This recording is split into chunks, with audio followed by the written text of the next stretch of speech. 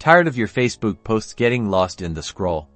Today, I'm going to show you how to make your words pop by adding bold text, emphasizing those key phrases and grabbing your reader's attention instantly. First, you'll need to head over to a website that will help us generate the bold text. A great option is YayText. Just type YayText into your search engine and click on their website. Once you're on YayText, you'll see a text input box. This is where you'll type the text you want to appear bold in your Facebook post, so go ahead and write out your message as you normally would.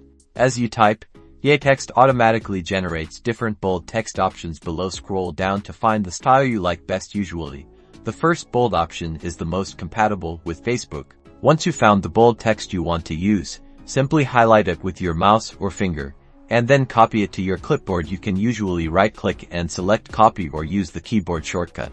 Now, head over to Facebook and start creating your new post. We're editing an existing one. Wherever you want the bold text to appear, simply paste it into the text area.